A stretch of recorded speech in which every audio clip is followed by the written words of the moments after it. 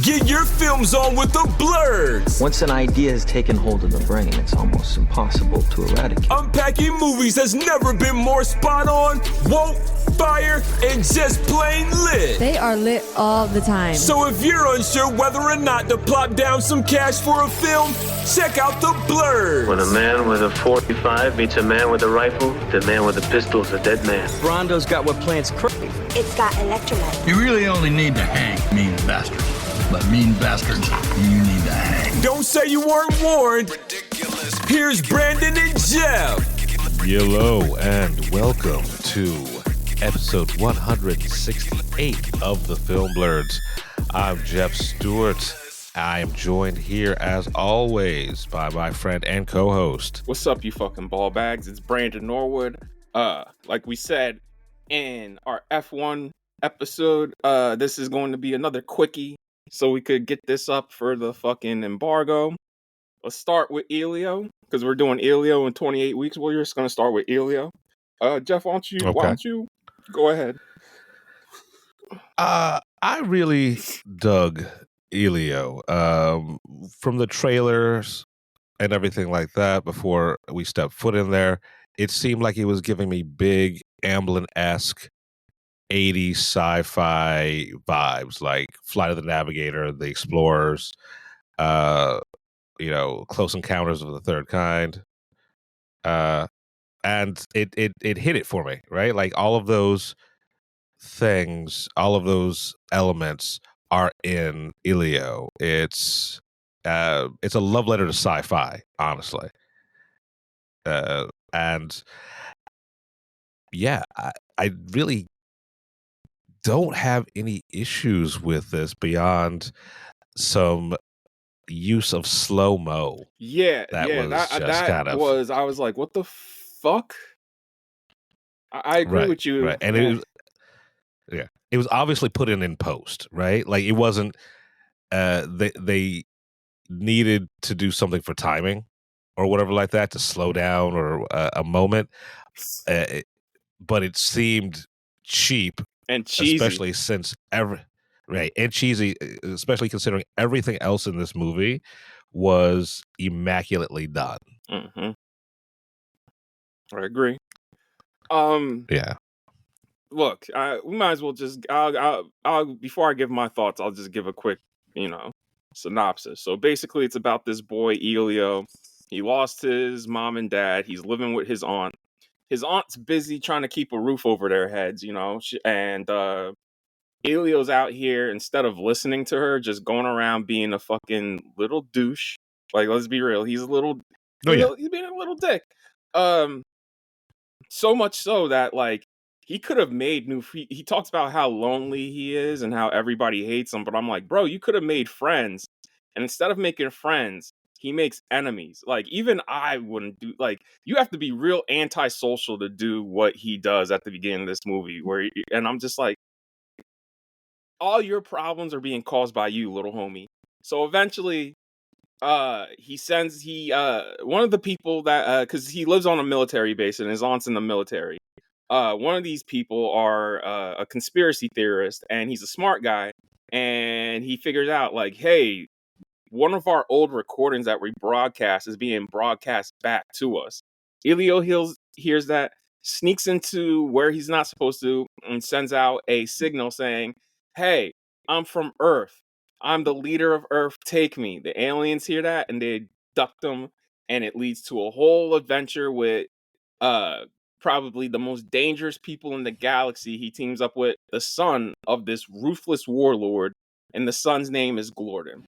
Now, to me, this is where the movie shines, is Glorden. Like, that's where I really loved it. I was like, yo, Glorden, that's my man.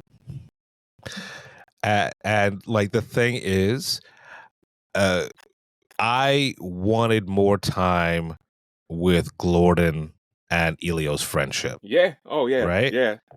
Yeah, that's where the movie really shines. Yeah, it spends too much time setting up everything and getting to where the action is actually happening, and not enough time with Glorden and ELIO's like burgeoning friendship. Like the montage of them having fun and like growing to love each other is great, but we needed more of that. I'll be real with you. As much as I was just watching it for the first part, I think it did have me once we got to that time lapse with the perfect use of the talking head, or excuse me, not just talking heads is once in a lifetime. I was just like, oh, Yeah. we finally found a good way, because that song's been overplayed in every piece of media. Like 2 talking head songs I'm like, we gotta stop using is Once in a Lifetime, which is one of the best songs ever made. Same with Baba O'Reilly. You listen to that song, it's like, great song, stop using it in fucking movies. Like, that song is great on its own, and y'all keep using it for this suburban Americana shit, and it's corny. At this point, it's cheating. It's shorthand. Yeah, it's so Right, corny. yeah. Like, I get it. Like, the last time they've used it, I think it was the theme song for CSI New York, and I feel bad for Anthony E. Zuiker, because he's like, bro, they wouldn't let me use what I wanted to use. And he's like, well, which Who song? Because, you know, that's the motif, is like, who are you? Obviously, for if you guys, it makes sense. Who are you for the OG CSI? Because they're trying to figure out who this person is who got murdered. Right. Second one, Won't Get Fooled Again. I was like, CSI Miami. I'm like, all right, that makes it's playful, because like, hey, we're doing it twice. And then CSI New York was Baba O'Reilly, and he wanted to use Eminence Front, and I'm like, yo, Eminence Front is a fucking disco song, bro. That shit's hard as fuck. And I was just like, damn, CBS.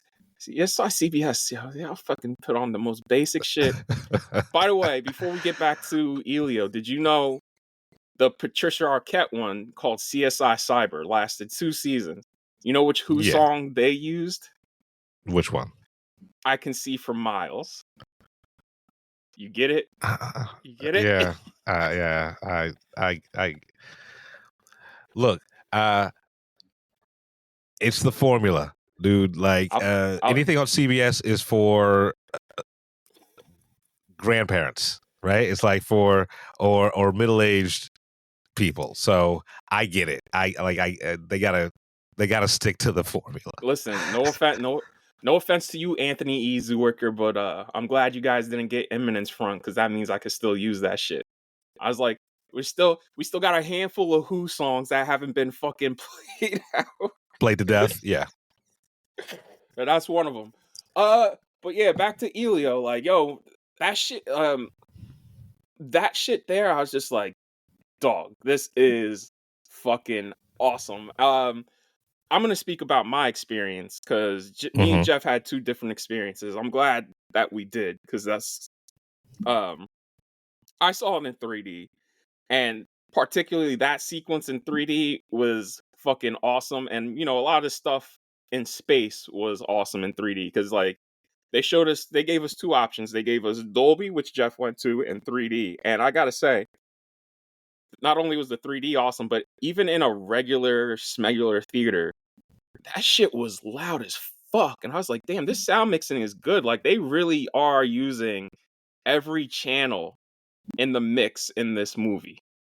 For a kids movie, that shit, because you know, normally kids movies, they are at a soft to medium volume. In this one, I was just like, oh, y'all didn't give a fuck about these kids' feelings. Right. They wanted to make a movie, a space movie, a loud adventure shit movie. Was That's louder the than sound mix. Shit was louder than Lightyear. Oh yeah, 100%.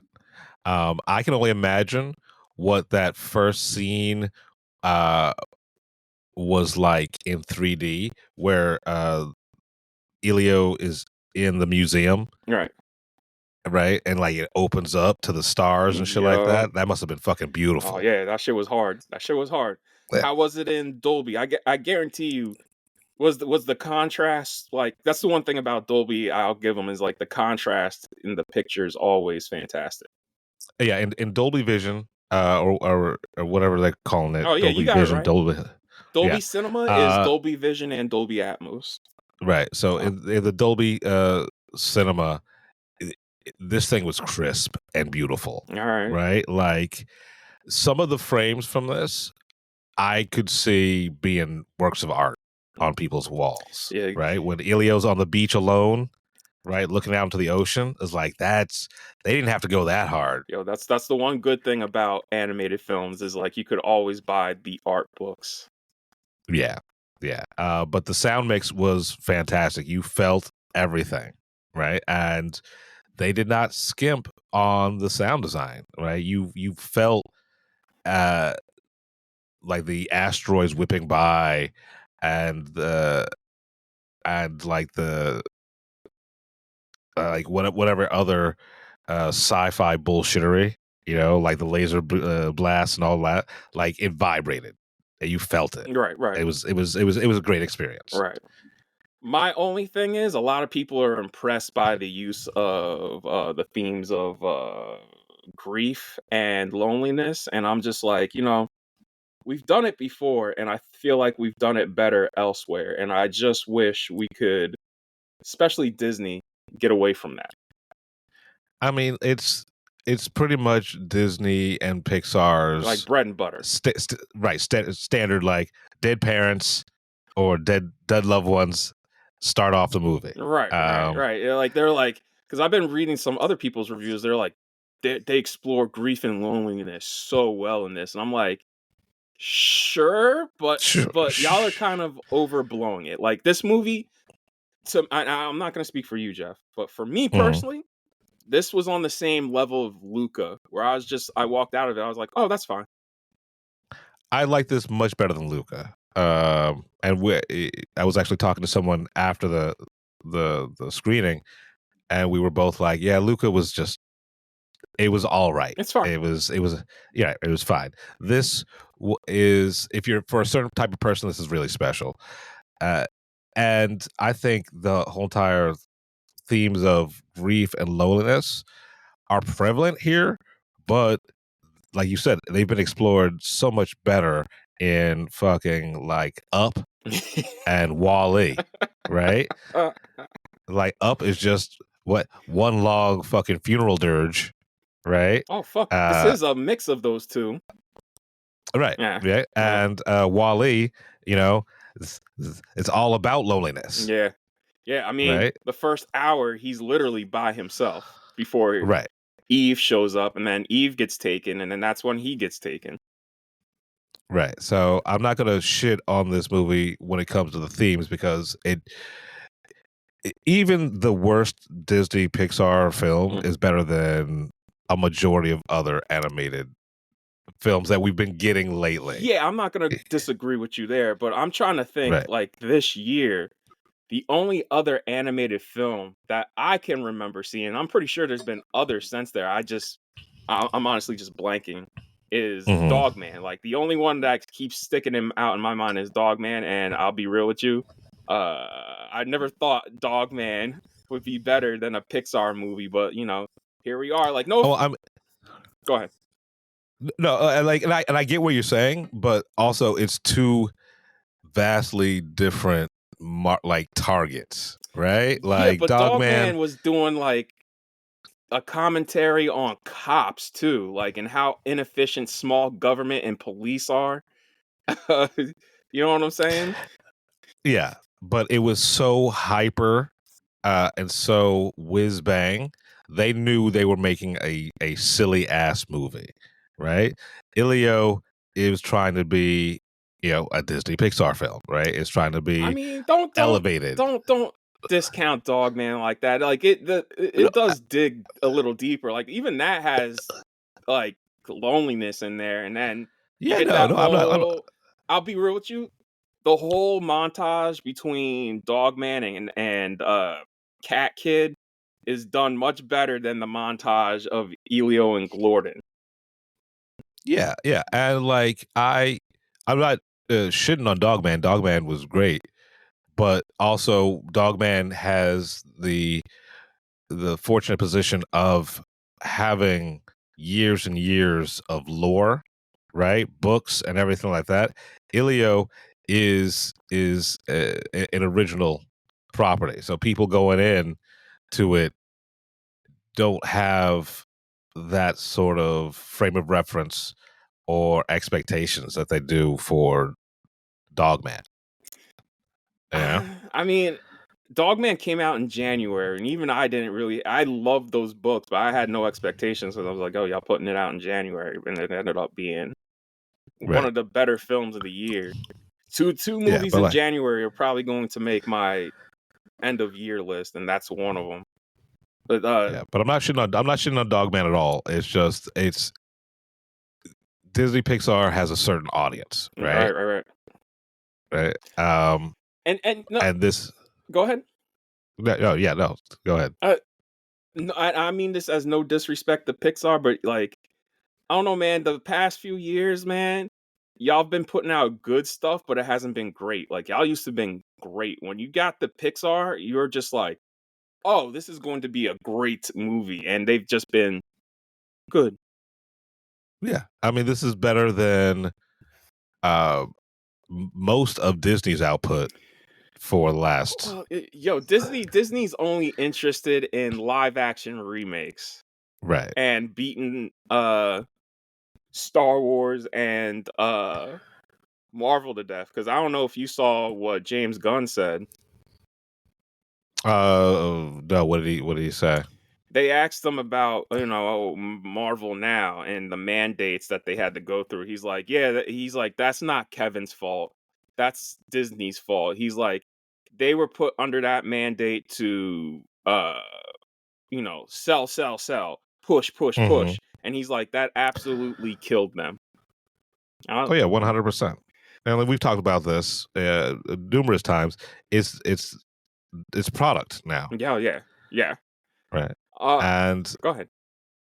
Disney, for the most part, is a manufacturing company at this point, right? They manufacture joy. They're manufacturing nostalgia. But this actually seems like it.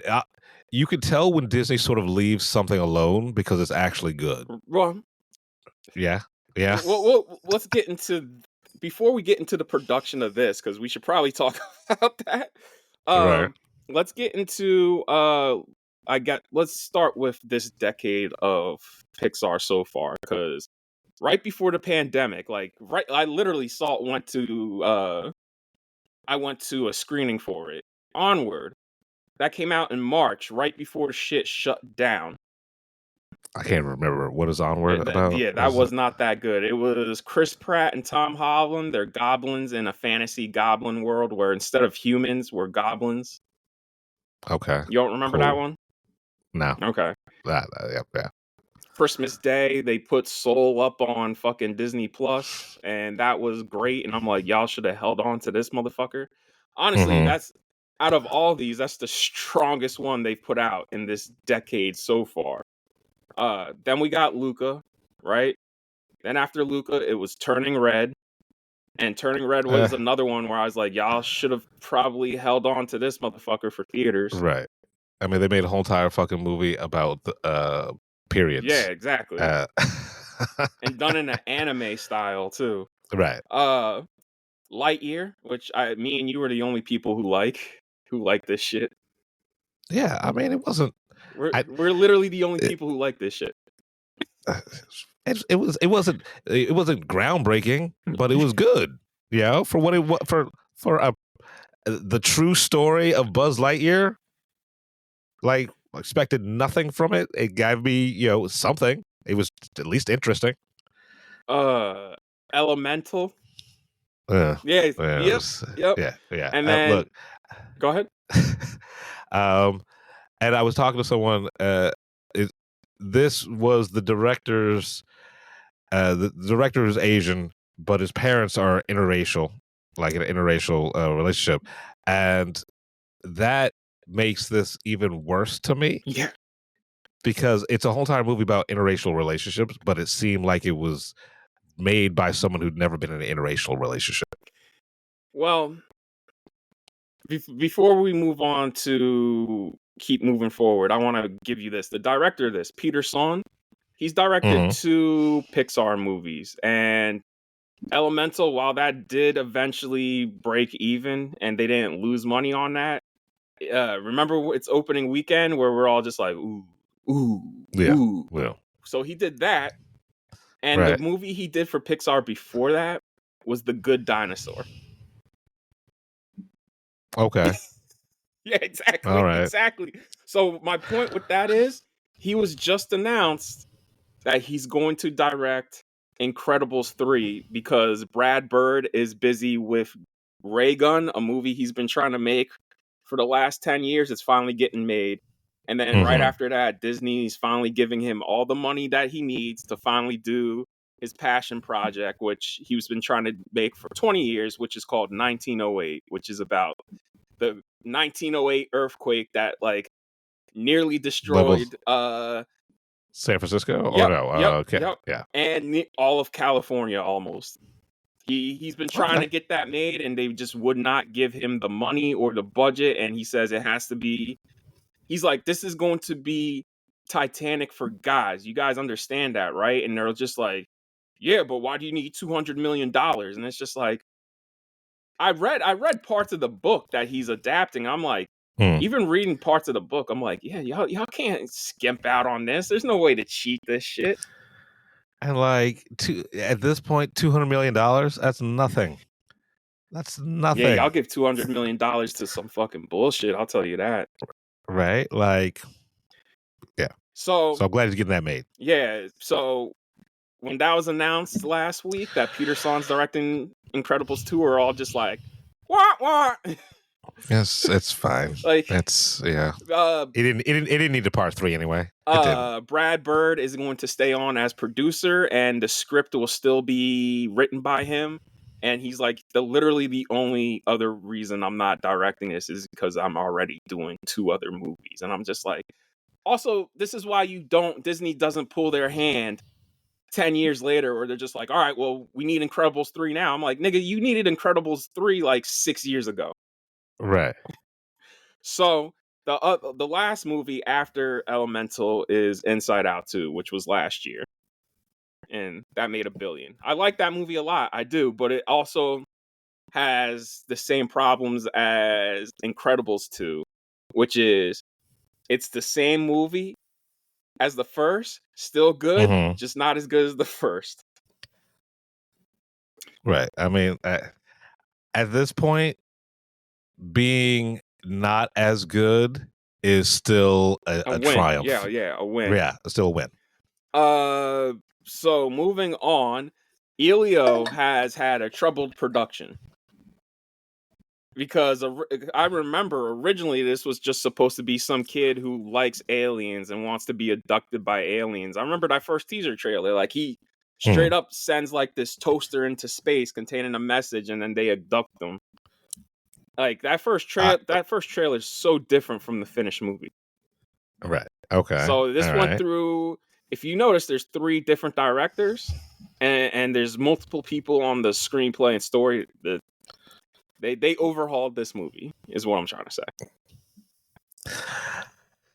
I mean, knowing that, I can kind of tell, but it's not nearly as glaring as fucking Captain America.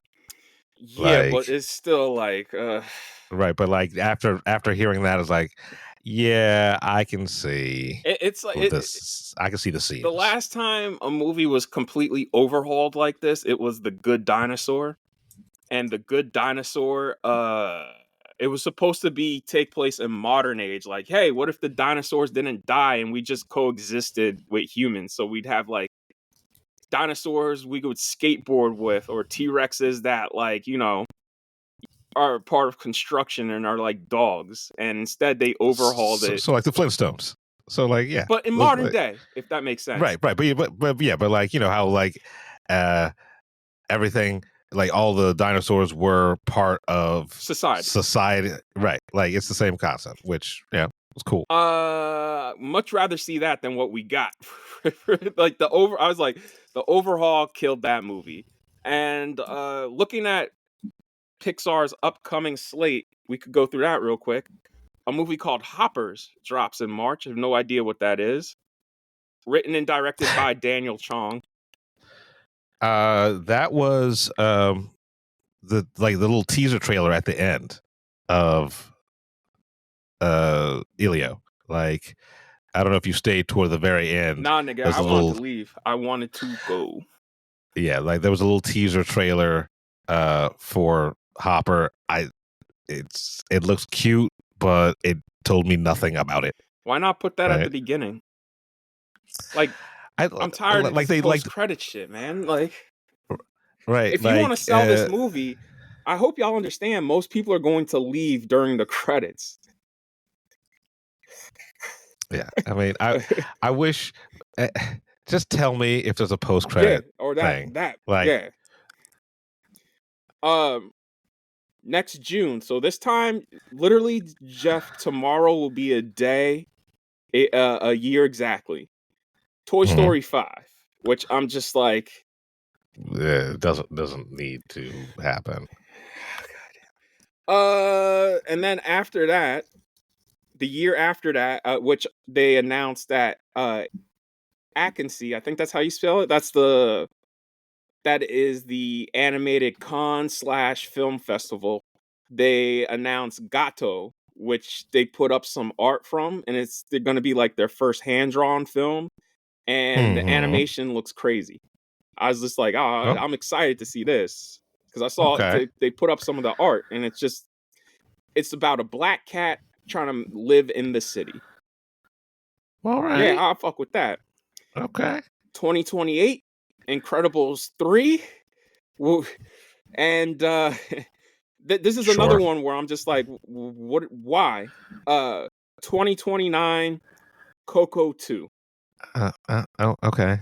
Uh, uh, can we get an Encanto too? Right? Well, that Like, would be through Disney itself, not Pixar. yeah, but like, That's fucking yeah. wild. I was just like, I love Coco. Coco's a fantastic movie. Never once in my mind did it cross that it was gonna get a They sequel. should be a sequel. Yeah. Yeah. I would rather a Soul 2, which also Soul doesn't need a sequel, but I'd rather a Soul 2 than a Coco 2, especially since the woman who played the Abuela died a couple of weeks ago. Oh, did she? Yeah. Oh, wow. Yep. I mean, She was they 86. I mean, they can make that work as part of the storyline for Coco too, but also, I mean, we don't need a Coco too. Coco is the rare film where one of the characters looks exactly like the voice actors. Oh shit. So yeah, look, you could do much worse than going to see ELIO, honestly. Yeah, I mean, and it's heartfelt. It's beautifully rendered. It's fun. It's not going to change your life, Mm-hmm. but it's enjoyable Mm-hmm. on so many different levels. Right? I would actually go see this again. Right? I would see this again in 3D. Oh yeah, because you didn't get to see it in 3D. Because Rachel, she saw it at a junket screening, and then she came to my screening because she was like, "Oh, they were showing it." I was going just because they're showing it in 3D. I was like, "Yeah, I get it." Yeah, but like I could Excuse me. see me going back to this one as sort of a comfort movie. Yeah, man, I got Disney Plus. You know, I still want to watch it again. Yeah, you know, right? Like this, like I'm gonna watch it in 3D, but actually, like when it hits Disney Plus, like yeah, uh, rainy day, you want to have a lazy day, put on fucking ELIO. Yeah, I get why you want to see it. Feel good. Look, you got me and Jeff. We still got AMC A list, so that it'll cost you nothing to go see ELIO in 3D. But like, I mean, look again, if you have a family, I would if it's you and 3 kids, I would just say, hey kids, you know what? We'll wait for Disney Plus for this one. I don't know if you really need to go out and see this. Yeah, I mean, support theaters, Right. but it's we got 3 major movies.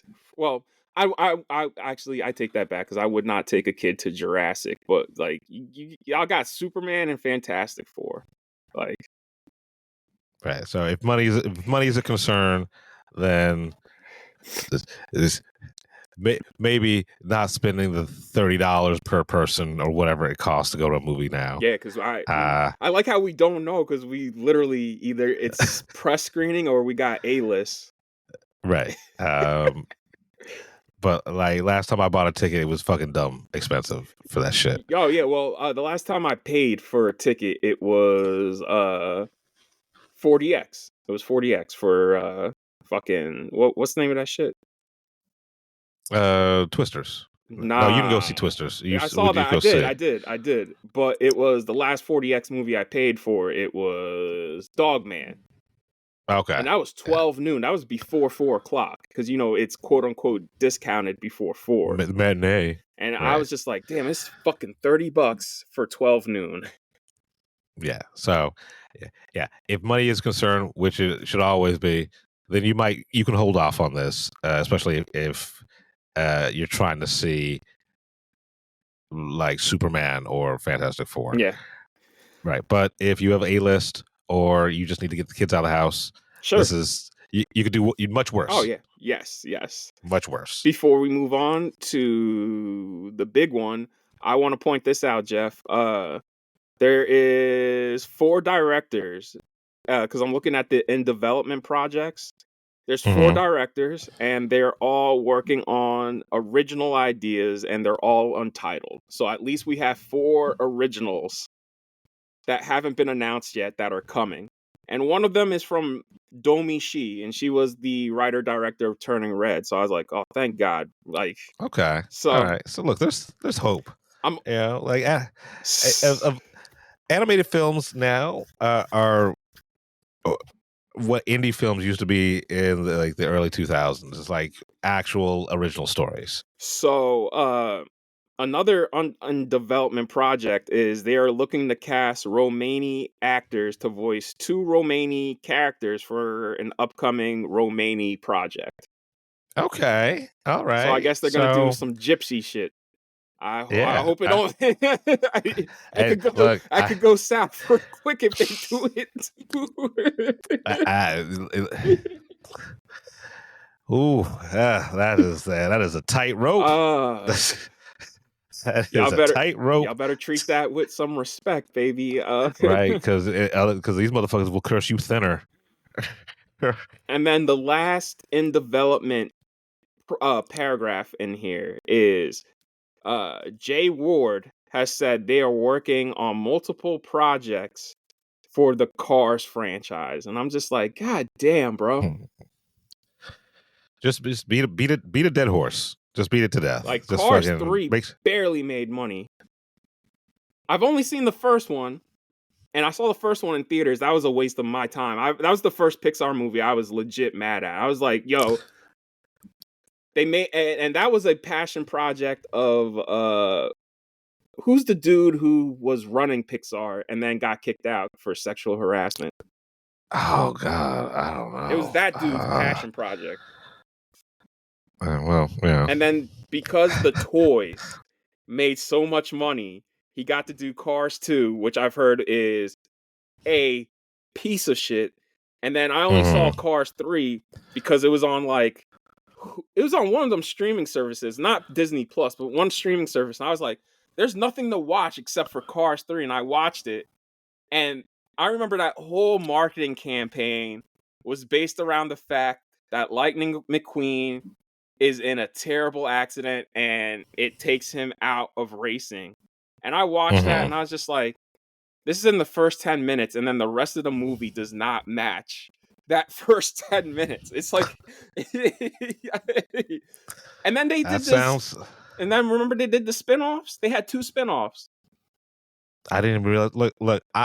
Cars is one of the very few Pixar films that I've never seen, and I never watch it. Never watch it. I have no desire. I'm trying to save I'm trying to save your life here.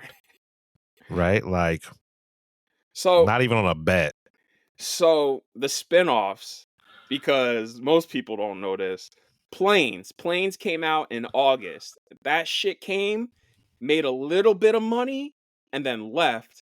And then because Planes did that type of business, Did they do boats? No. they did a sequel called Planes, Fire, and Rescue that went straight to DVD. Look, And I'm like, the bro, y'all motherfuckers are got doing more. Y'all are doing more. Even they asked Owen Wilson about more cars, and he's just like, bro, I still have to go to Disney every year to record a ka-chow. And it got to the point where they called me, and I was just like, don't we have enough ka-chows? And they're like, well, we need a new variation. I was like, how many variations on ka-chow do you need? is that his signature sound? Yeah, Ka-chow? that's Lightning McQueen. He goes, ka-chow. Yeah. Nope. Hard no. Nope. See, just hearing that makes me not want to see this movie. Also, So no there you offense, go. bro. I'm not trying to see any of those redneck guys anymore. Like, the fact that y'all keeping Larry the Cable Guy employed because of cars kind of makes me angry. Look, honestly, I appreciate Larry the Cable Guy pivoting, because if you look at his early 90s stand-up, he was trying to be Seinfeld, right? Like, he's wearing a leisure suit and he's got the coiffed hair. The whole time Larry the Cable Guy thing is a fucking it's some Larry it's from fucking Andy Kaufman-esque performance art, Yo, right? Like, it's remember, Larry the Cable Guy became Medea for a minute. Like, that's all we're getting is like one weekend. If you weren't getting the Larry the Cable Guy movie, the very next weekend you were getting a Medea movie, and then the following weekend, what's there to see? Oh, the new Larry the Cable Guy dropped. Like, it got so bad they had a movie called Larry the Cable Guy: Health Inspector. Look, he was following that Pauly Shore blueprint, right? He was it's I get your money, boo boo. Whatever. It's like get her done. Get her done. Yo, man. Oh Again, I shit. say the early 2000s was a dark time for not only music but also cinema. Yeah. I mean, late 90s into early 2000s. Yeah, I it will was. still give the late 90s a pass, but once we hit 2000, like from 2000 to 2005, it was rough. I hated going to parties and hearing nothing but crunk music. I was like, I don't understand how y'all niggas can sit here and listen to crunk music all fucking day. It was either that or But reggaeton like, with the same beat. Do, do, do, do, do, do, do, do, wait, do. and that's fine. Like crunk or a reggaeton, if there's dancing, right? Like, if you're just hanging out, just chilling with your boys, then that's a lot of wasted energy I like how you right there. mispronounced reggaeton. You said What? reggaeton like in Megatron. Like, now I want to do a fucking transformer. Yeah. Like, I have a transformer with dreads. Reggaeton. Yeah. Fuck it. Like, you can have that fucking Chat GPT, make that shit happen. Yo. All right. Let's get into 28 years later. Well, here we are. I think it's only been 22 or 23 years since 28 28 days. weeks. I'm gonna have to look up that, But but get into it. Look, here we are. Danny Boyle, for the longest time, wanted to do a sequel. They could never find a story he liked.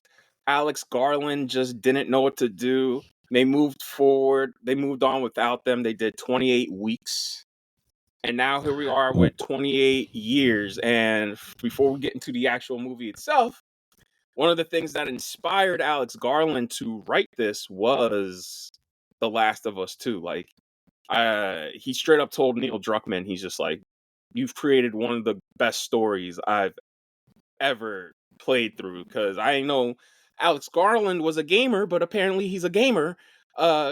Between this and his new movie, because I thought this bitch was retired, but from directing, but you know, I guess not.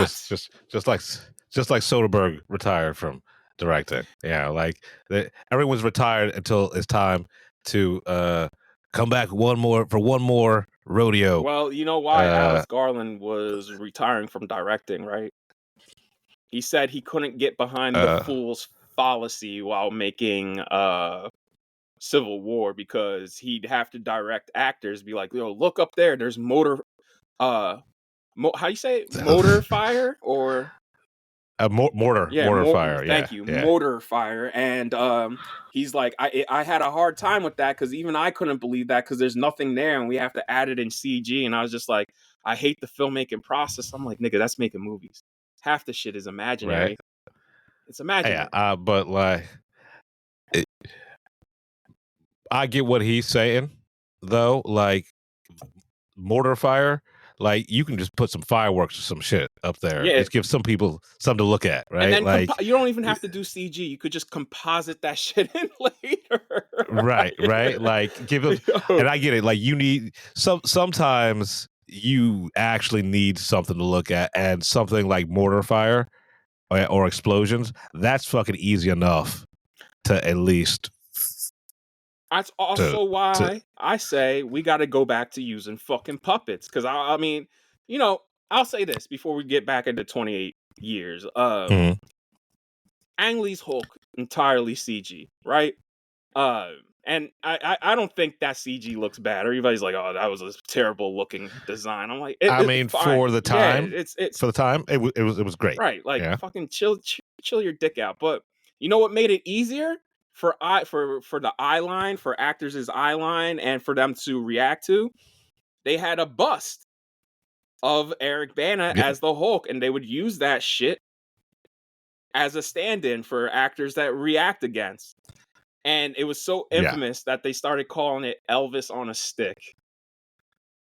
Look, but it worked. And that's what I'm saying. Like, I'm like, maybe we should go back to using puppets. You know what I'm saying?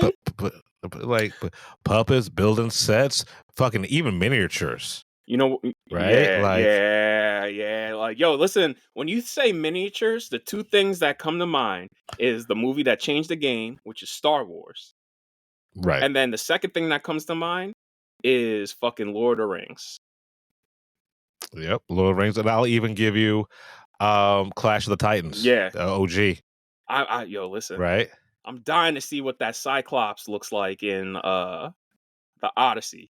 Like, the fact that shit's not CG, that's entirely a puppet. And that shit apparently moves quick.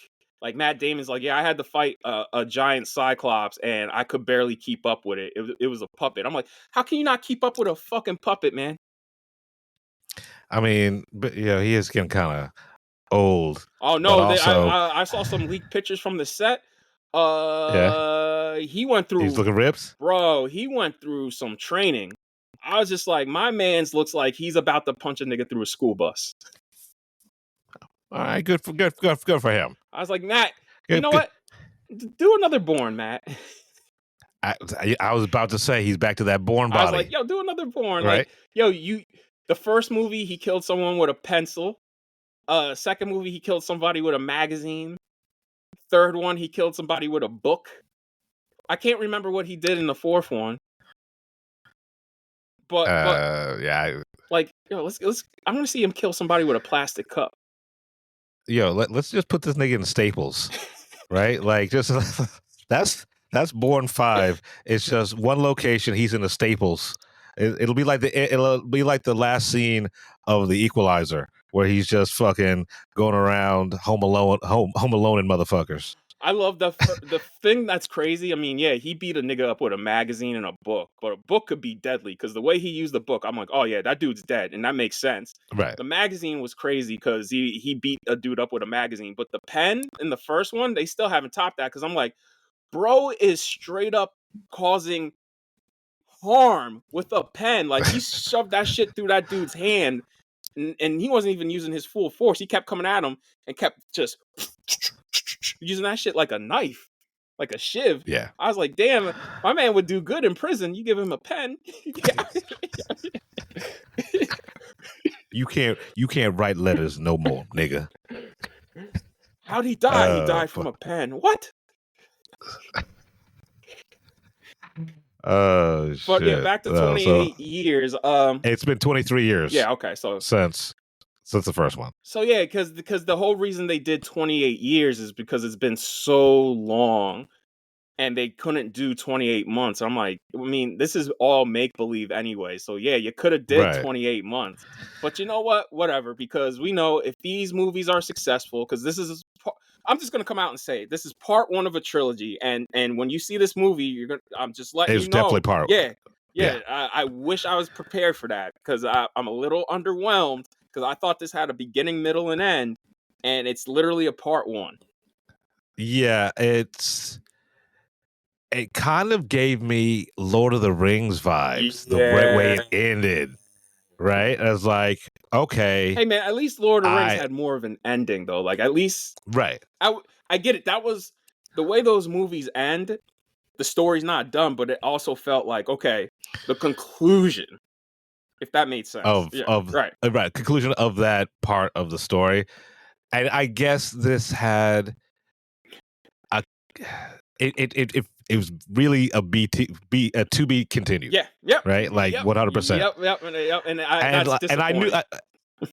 and to me, it wasn't disappointing because I knew, like, we knew that they were planning two more movies. Well, two's already right, shot. right. So we already know that there's a second movie coming out. When is it coming out? January. Like, January. And they should have had a right? trailer for that ready to go. Like they should attach that. Like as soon as the credits come on, like it should have said directed by Danny Boyle, and then cut to the trailer. Show us the trailer, and then the rest of the credits. Yeah. But yeah, it didn't upset me that this to be continued.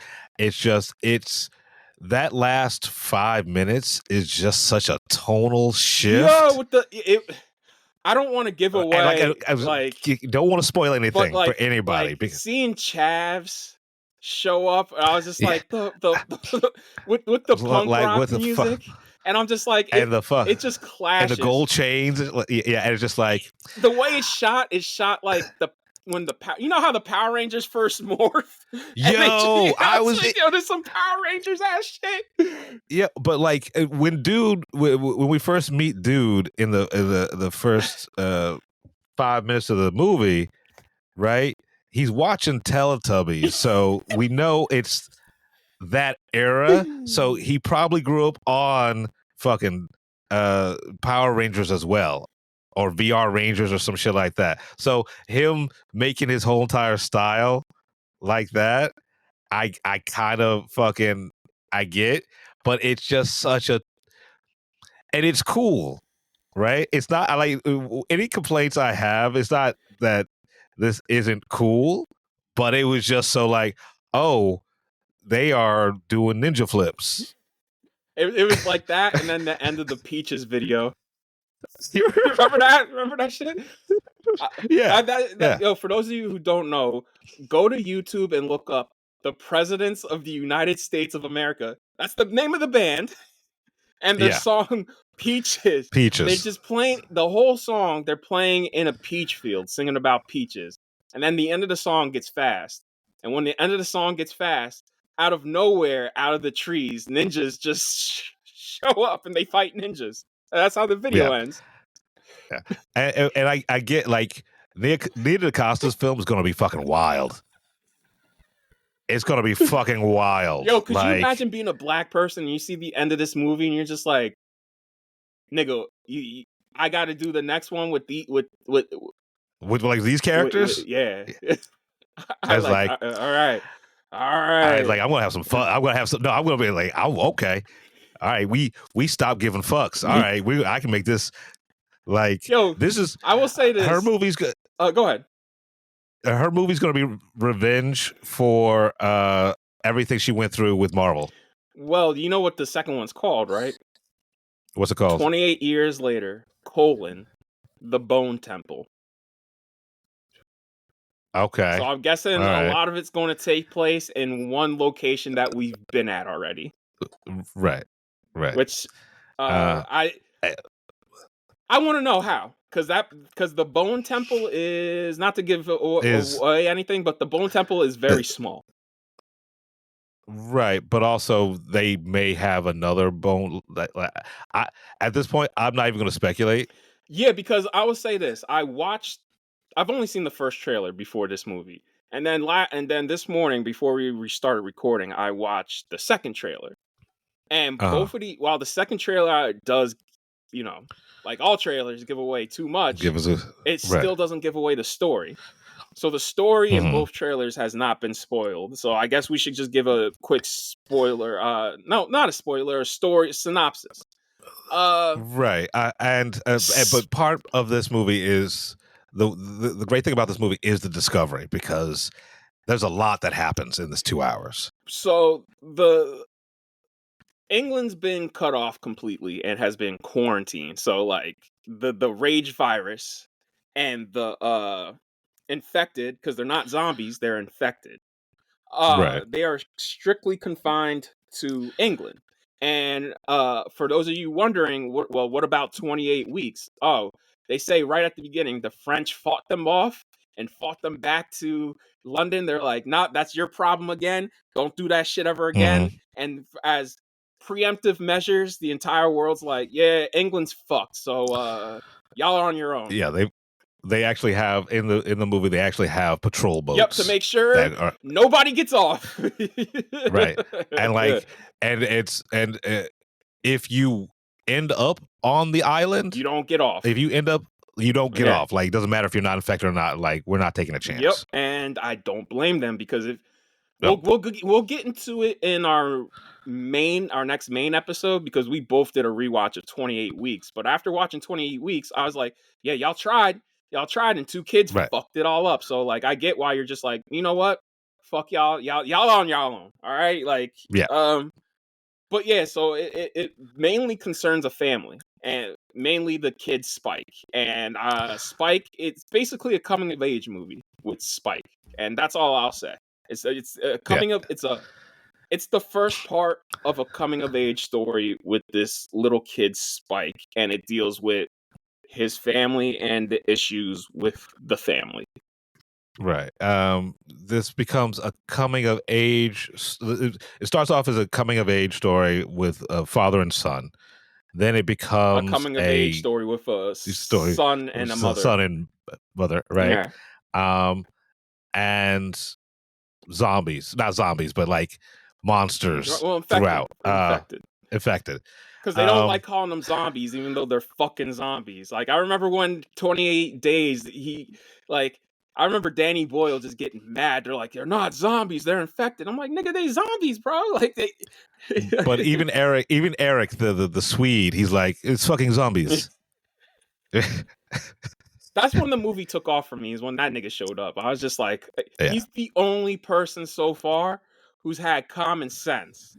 And then there's another character that they meet, and I was just like, oh, he's the most normal person out of everybody in this, and y'all think he's the problem. He's crazy. Yeah, Right. He's the crazy one. No, he's the one.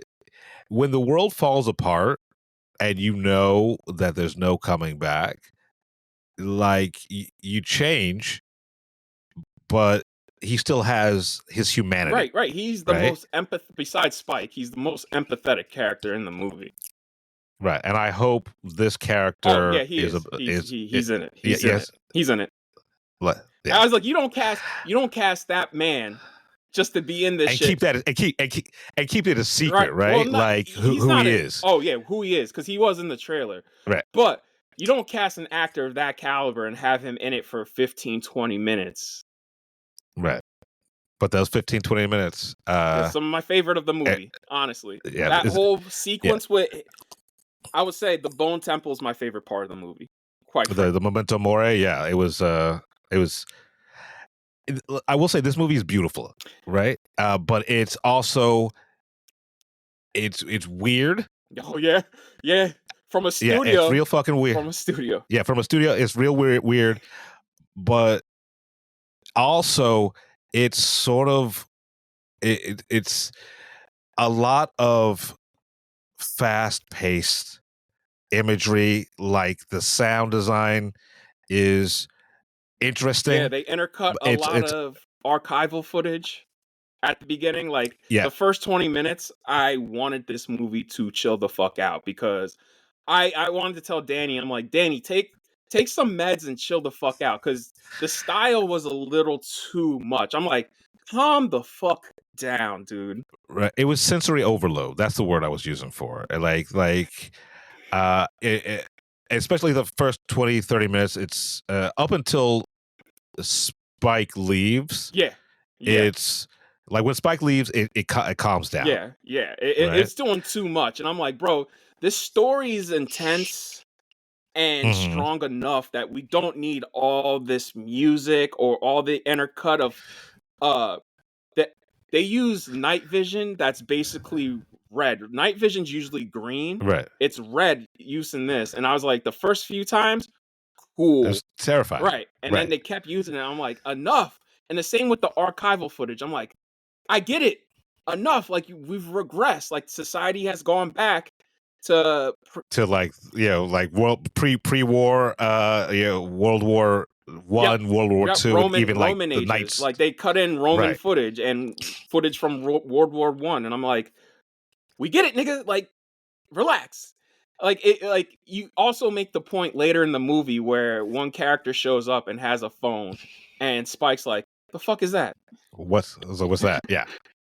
Hey, that sequence Yeah, where he shows his girlfriend, right? It's like, I'm not gonna ruin that joke, but like, yes, That was also yes. that's also the product of the early 2000s. Yeah. Mhm. Girls, Yeah.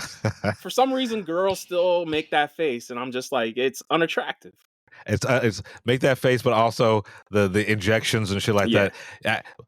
We're trying not to ruin as much as possible because the trailers it don't really give is to discover. Right.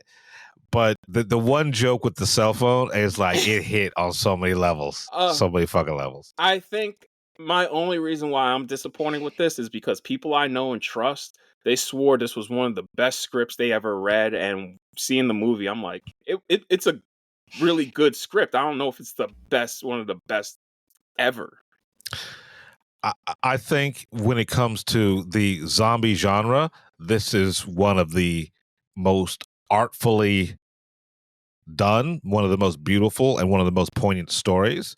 But I don't like. I agree with you. I don't think it's the greatest screenplay ever written. Right, because I will say this: this is much. This is head and shoulders and levels above 28 weeks, but it's still not touching 28 days. And like 28 days and 28 years feel like two totally separate movies, right? Like, well, that's the thing. Each one of these is different so far. All three movies are really stylistically and tonally different. Right. Like, so 28 days is a strict zombie movie, right? Yeah. Like, but that becomes like Lord of the Flies-esque. Right. The second one, I don't know what that one was. Right? I don't hate it, but like it's also just like it does. There's a lot of choices in that where I'm just like, you guys needed a stronger script because there's too many characters played by too many notable actors who are in here and have nothing to give to this overall story. I totally forgot Jeremy Renner was in this. Rose I Byrne, totally forgot. Idris Right, Elba. like Harold Perrineau. Yeah. How did Idris die? Man, I don't know. Horribly, like because everyone dies he's in horribly. two scenes, and I can't remember how he died. And I just watched the motherfucker. I can't remember either. See? Yeah. And like I will give you this. 28 years later, it has some gruesome shit in it, but nothing tops the overkill in 28 weeks when fucking Robert Carlyle is killing his wife. Yeah. I was like, that's the thing. I like, get it. All these movies are mean, but at least 28 Days and especially this one still has humanity at its heart. Like watching this, when he told Neil Druckmann he created the best like piece of zombie media with Last of Us 2, you could see the influences Right. because I haven't played The Last of Us 2. I've only seen the second season, which is the first half of the game, and you can see the fingerprints of that Yeah. all over this. Because it's about fucking people. Right, because right? this little First and boy foremost- might as well be Ellie. Right. It's this is like it's a familial drama with zombie action, and some of the best zombie action when they're running from the Alpha Yeah, across the bridge. Yeah, Yo, that shit was hard. yeah, that shit was fucking. I was like, they might actually die. So I might as well just come out and say this. Danny Boyle has been talking a lot about the 28i because this is entirely shot on iPhones, but iPhones Mhm. with professional lenses. So like, don't think you can use your iPhone and produce something like this. Like, also no, the production was 60 million and they used professional film lenses to attach to their fucking iPhones. So Right. like, don't think you can go out and make a movie like this. But they had a rig, and the rig had 28 iPhones to capture the same image. And Danny Boyle's like, yeah, we did this. We're pushing cinema forward. I can't wait for y'all to see it. And like the first time, I was just like, okay, it's cool. Like it's good. cool. Right. Like I wasn't too impressed by it. But then, But it's bullet time. yeah. Except Yeah, not it's, as cool. like- At least bullet time felt Right. fluid. This it was choppy. Like if you know what I'm saying. Like it was chop, chop, Yeah, chop. 100%. And like Yeah. I was like, it was cool the first time, and then they do it within the span of 30 minutes, like 4 or 5 more times. I'm like, all right, enough, man. Yeah. And they don't use it at all at the end. Yeah. Like once you get Right? to like the last 40 minutes, yeah, it's basically gone. Right. And like that's something where maybe the scene with the doctor and the Alpha, that could have when that shock happens, Yeah. that was a perfect opportunity for that fucking Yep. Yeah. They only seem to. I'm just gonna spoil this. They only use it when a zombie dies, or not a zombie, an effective dies. Yeah. So like it's super stylized for the first 40 minutes of the movie, right? And then it becomes much more subtly shot Right. after that. I will say some of the iPhone footage does not hold up well. I mean, have Right? you watched Like- the first movie, like 28 Days Yeah, recently? I mean, it Yeah. it intentionally That's shot on consumer right, shit. and I get it because it's supposed to be gritty, and it does add to the danger Right. of grittiness. But like, I tried somebody gave me a Blu-ray for that, and watching the Blu-ray, Mhm. I'm like, Jesus Christ! Like, I wish I just had this on VHS because like this looks like shit in high definition. And the fact yeah, that they like, I've never watched- upscaled it to 4K and they're gonna put out a 4K release, I'm like, oh boy, yeah. Yeah, I've never watched it in HD. Don't. But yeah, because like he shot 28 days later on GL1s, Yeah. which you could have back in the day. GL1s, GL2s, they would have cost you maybe $3,000. It's like what Right? Michael Mann shooting on the Thompson Viper. You're just like, bro, we have better digital cameras. I don't know why you keep shooting on this. Like, because the Thompson Right. Viper, it just looks like you're shooting on video or mini DV. Because I shot all my movies on mini DV. But again, Yeah. mini DV's cheap. All you gotta do is get a tripod and set it up and have a boom for your sound. And so, like, and I get it for the first one to keep it cheap and whatever. Right. For this one, because this one is more elegantly composed and shot, And bigger production. right, more money. Why use iPhones, right? Because it's not costing you less money to do that, right? And I get it for some of the 28 scenes, right? Like the 28 pan scenes. Yeah, I get doing it for that. but some of the more just regular shit, it it it does not serve the story to use the iPhone because you've spent so much time making the iPhone look like a real camera. I mean, I'm not gonna. Just use a real camera. If you're using professional lenses anyway, you might as well just use an actual camera. That's just the way I look at it. Right. But, maybe talking to him, maybe he'll give an I explanation know or what a the reasoning. explanation is going to be. He's like, he probably wanted an updated aesthetic of the first movie. Yeah, okay. Sure. So let me ask you, the prologue, that was Aaron Taylor Johnson's character, right? No, that was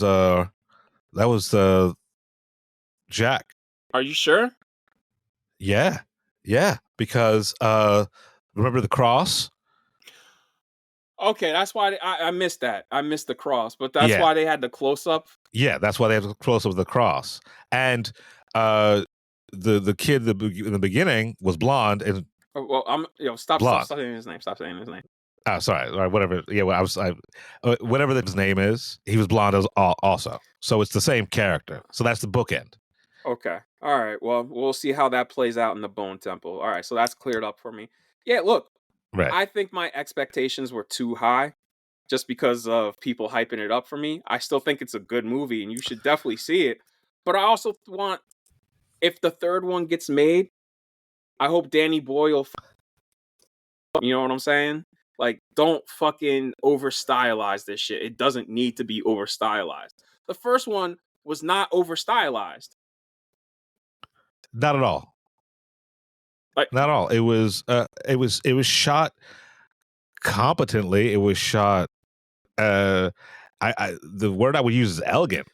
it does the one thing I hate with digital cinematography, which is post-production push-ins, where I was just like, and you know them when you see them. I hate those post-production push-ins because they look so fake. It's you could clearly tell it's a static image that they are pushing in on because they didn't do a push-in in camera, and it looks Right. like a TV show. I don't like that, and also he's doing some stylistic choices where like there'll be somebody talking, and then he'll cut to somebody else, right? And it'll hold that shot on the person just listening, and I'm just like, bro, the other person's talking. Can we cut back to the other person? And I wish he would stop using zoom so much. Like those zooms were janky. You know what I'm saying? Like it would zoom, Yeah. it'd be shaky, and then the zoom again. Yeah, I mean, I get what you're saying. It didn't bother me as much, but then again, it was such an assault on the senses. Right? I was just trying to take it all in and still try to anchor myself. Right. To be able to like, okay, where is this going? Right. Yeah. I would say Sony, y'all fucked up by holding this embargo till last minute. Like the review embargo should have y'all probably should have screened this last week and have the review embargo drop at latest Monday. Yeah, because this movie is going to be very divisive, right? Like there are going to be people who absolutely love it, and people who are like, "Man, I don't get it."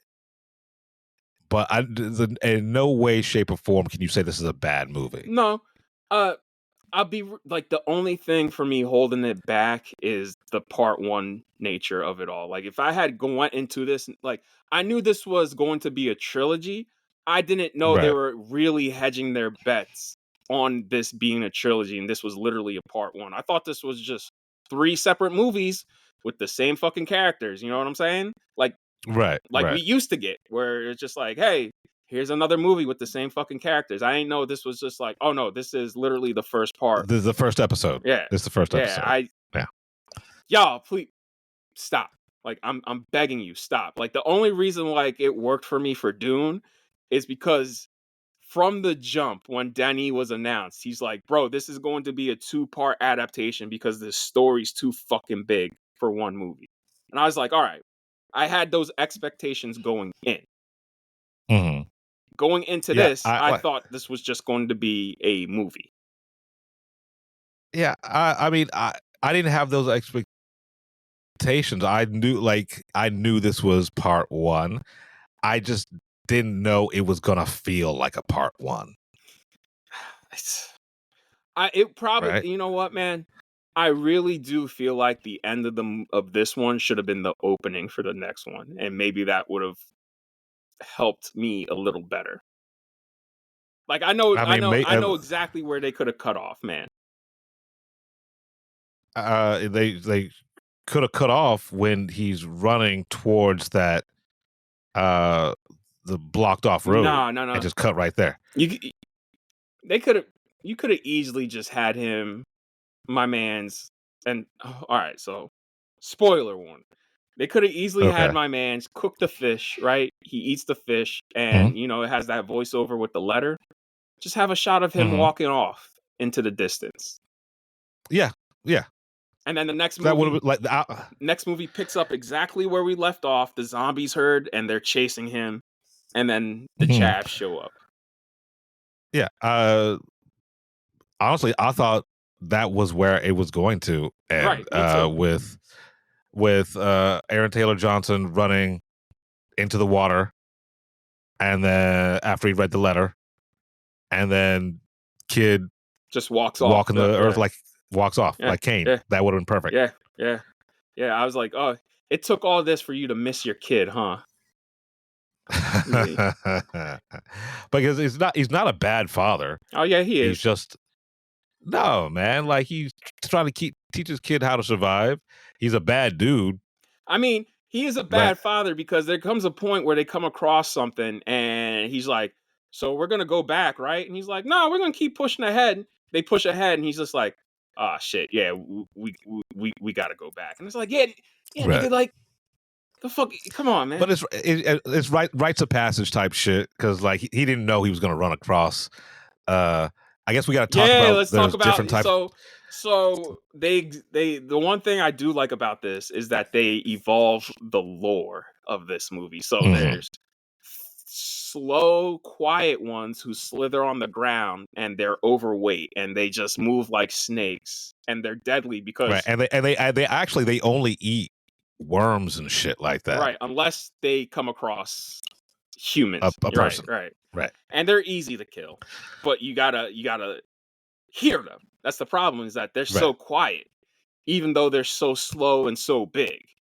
Then you have your regular infected, like from the first movie.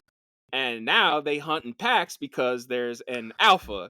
And the alpha leads the pack, and the alpha is hard to kill. And we get that immediately why the alpha's hard to kill, because you have 3 armed soldiers against 1 alpha. And I was just like, God damn, y'all got fucking AKs, Machine guns, man. Like, God damn.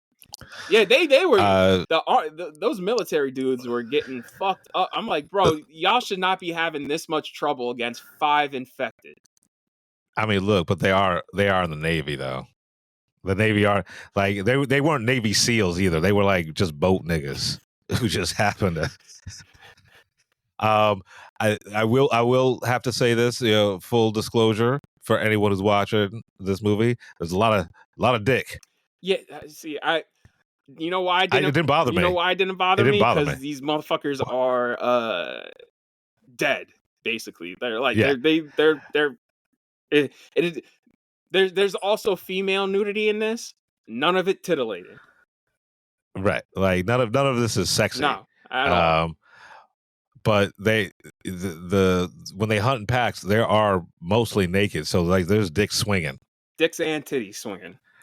Yeah, and trust me when I say nothing good. The other thing that so for all the homophobes out there, like, oh no, see, like go just know that you're gonna see some dick. The other thing that I hope you're okay with that. The other thing that pissed me off though, the motherfucking the train.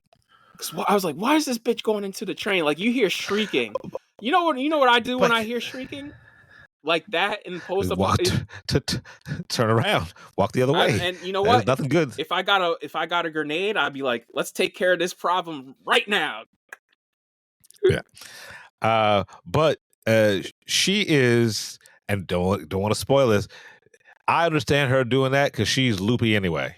I'll be real with you. That's the one thing I did not know that was happening with that character. Like when that character's first introduced, I was like, this is what Jodie is doing the entire movie. I was just like, okay. And when you find out why, I was just like, damn, that's fucking. It's weird that she Like has this- top billing. Like I feel like Aaron should have had top billing because she's like comatose because, basically half the movie. Well, for all the movies, I mean, she's doing much work. She's doing much more work than Aaron Taylor Johnson, though. If like he's doing like she is. But I did not expect that. Like, when I say this is a family drama, it really fucking is, because when we find out, when she enters the fray, when she actually becomes involved in the story, this becomes a totally different movie. I want to say, yo, that aerial shot when they first leave and they're on the cliff, that aerial shot Yeah. was hot. I was like, Yeah. "Whoa!" Also, shout out to the high definition because the greens in this motherfucker were popping. Like the color timing, it's beautifully shot. the color timing It's is beautifully fucking great. shot. Color timing. So there's a hill sequence in the first movie. There's a hill sequence in the second movie. The best part is the second movie, honestly. And there's a hill sequence in this. So like, I hope there's a hill sequences in the other two. Because I mean, it's the motif. It's got to. I mean, it's effective. It's terrifying each time. There's nothing more scary than watching zombies just swarm over the hills right towards you. It's like, oh, there's only one. Oh, now there's two. Oh, and now it's every one of them. Yeah. So yeah, I got nothing else to say. Yeah, I like this a lot. I'm gonna have to give it a second watch because it was so much information being passed to me all at once that it was sort of overwhelming. But I know I enjoyed it, and I know I'm watching something special. Well, right? now that my expectations I know what I'm getting. I want to view it as it is now. Now that I know what I'm getting. Yeah, that's my thing. Yeah, because I need a couple of days to process this, but we had to get this up. Also, don't see it in Dolby unless you want to have a heart attack. Yeah, the sound is just the sound is. I'm just letting you know. Definitely see it in theater. Just unless you want to fucking shit yourself or have a heart attack, then sure, see it in Dolby. But otherwise, I'd recommend a normal theater, because even in a normal theater, shit was OD loud and had me jumping multiple times. Yeah, the sound design in this movie is spectacular. It's weird, but it's so unnerving and so extreme that, like, for the first 40-50 minutes, the sound is doing as much work as the visuals. Yeah. I mean, that's all I got. See it. I mean, go see it. See it so we could get part 3. Because now, I mean, I'm gonna be pissed if we can't get the third one. I'm like, y'all place your heads. Here's the problem. This is the problem with studios. Y'all go all in on one thing, and then at the midpoint, you decide to turn the sails. Right. It's like, oh, maybe we shouldn't have put all our eggs in one basket. Well, the eggs are in the basket now, motherfucker. Let's go to market. It's like that video I keep seeing of this bitch speeding through the mountains, and the dude in the passenger seat's like, yo, there's a turn coming up, slow down. And she's like, nah, we got this. And as soon as she hits that turn, you know what happens? Slams right into the guardrail. And I haven't seen that video. And the dude's like, I told you to slow down because it was a sharp turn and you just totaled this car. Mind you, the video, some chick works at a dealership, decided to take the fastest car in the dealership on her lunch break for a joyride. Speeding through a mountain road. Chick's Latina, dude's black. Dude's like, yo, you gonna slow down, right? There's a turn up there. Like, you gotta slow down and hit the E-brake for us to make this turn. She's like, nah, we got this. Slams right into the guardrail, and the car's destroyed. And that nigga's looking at her like, well, I wonder how... I guess you're on permanent lunch break now. And apparently he said, like, yeah, she hit me up to help pay for this shit. And he started laughing. He started laughing. I was like, no, because I told you. Also, bro, he wasn't driving. It wasn't his idea. Right. Why you took the car from the place you worked for at. All of this will not hold up in a court of law. I'm sorry. Point being, that is how studio systems work, where you're just like, well, y'all gonna slow down, right? No, we got this, and then they slam into the guardrails trying to change course halfway through. Yeah. So let's hope they listen to the black co-pilot for this movie, for this franchise, and let's bring it home, because I can't wait for the second one, and we need the third one. We got to finish it out. Also, no offense. If the production budget was only $60 million, and probably like, I know it didn't cost more than 40-50 to market it. That's peanuts. Like, you might as well just let this nigga make the last one. Like right. Even if you lose money on it, eventually you'll profit off of it. Because, like, let's be real, there's gonna be youngins, and I mean by youngins I mean like college kids, who in years from now are gonna probably watch this on streaming or rent it and shit like that, and y'all will turn a profit. This is not going to lose money. It just won't be over a smash hit is all. Yeah, but look, there's long money and there's short money. Take the long money. Yeah, Paramount says they make $10 million a year off of Mission Impossible, because that's how much people watch these shits. Yeah, so $10 million a year off of old Mission Impossibles. Yeah, over the course of forever, that's good money. Right? I want to know in 10 years what the profit margins is on these Reckoning movies, though, because I have a feeling those are going to be the ones where people are like, you know what? Nah. We don't need to watch those. Yeah. All right, that is episode 168.